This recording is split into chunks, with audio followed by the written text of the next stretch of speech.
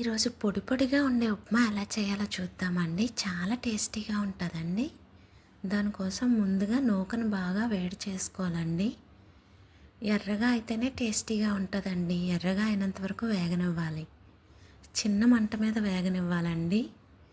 ఇలా వేగిన తర్వాత ఇదే ప్యాన్లోకి కొంచెం ఆయిల్ తీసుకొని అది మరిగిన తర్వాత అందులోకి పల్లీలు వేసుకోవాలండి. అవి సగం వేగిన తర్వాత మినప్పప్పు, శనగపప్పు, జీలకర్ర, ఆవాలు వేయించుకొని బాగా ఏగనివ్వాలండి.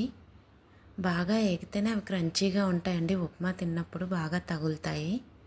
ఇలా బాగా వేగిన తర్వాత అందులోకి ఒక చిన్న అల్లం ముక్కని చిన్న చిన్న పీసులుగా కట్ చేసుకొని వేయాలండి. ఉప్మాలో తగిలితే టేస్ట్ బాగుంటుందండి. పచ్చిమిరపకాయలు, క్యారెట్, క్యాప్సికమ్ కూడా చిన్న చిన్న ముక్కలుగా కట్ చేసి వేసుకోవాలండి. మీకు వెజిటబుల్ ఎక్కువగా కావాలంటే ఇవి ఎక్కువగా యాడ్ చేసుకోవచ్చండి. చాలా టేస్టీగా ఉంటుంది. ఆనియన్ కూడా యాడ్ చేస్తున్నానండి. అవి కూడా సేమ్ అలానే కట్ చేశాను. ఇవన్నీ వేసిన తర్వాత బాగా కొంతసేపు ఒక 2 మినిట్స్ కుక్ అవనివ్వాలండి. ఎక్కువసేపు ఏం అవసరం ఉండదండి ఉప్మాకి. ఎర్రగా వేగాల్సిన అవసరం ఉండదు. అలా వేగితే రుచి కూడా ఉండదు. కరివేపాకు వేసుకోవాలండి. అందరూ అంటారు కదండి కరివేపాకులోగా తీసి పడేసే ఉప్మాలో అని. కానీ ఉప్మాకి కరివేపాకు ఉంటేనే టేస్ట్ బాగుంటుందండి.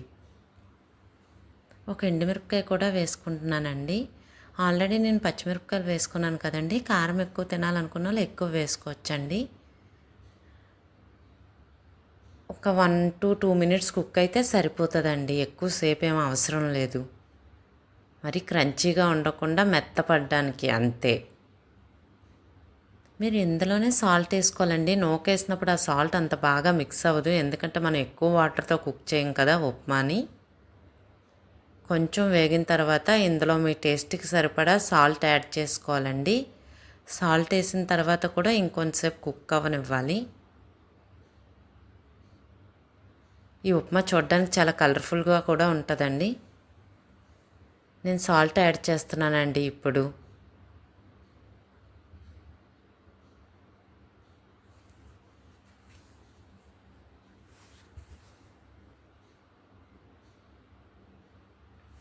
సాల్ట్ యాడ్ చేసి కొంచెంసేపు కుక్ చేసుకుంటే సరిపోతుందండి.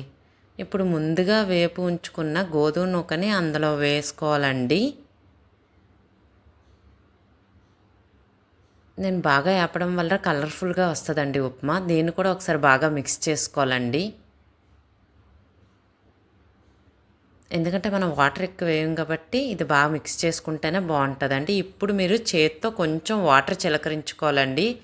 చిన్న టీ గ్లాస్ అని టీ గ్లాస్లో హాఫ్ అయితే సరిపోతుందండి. ఎక్కువేం అవసరం ఉండదు అస్సలు.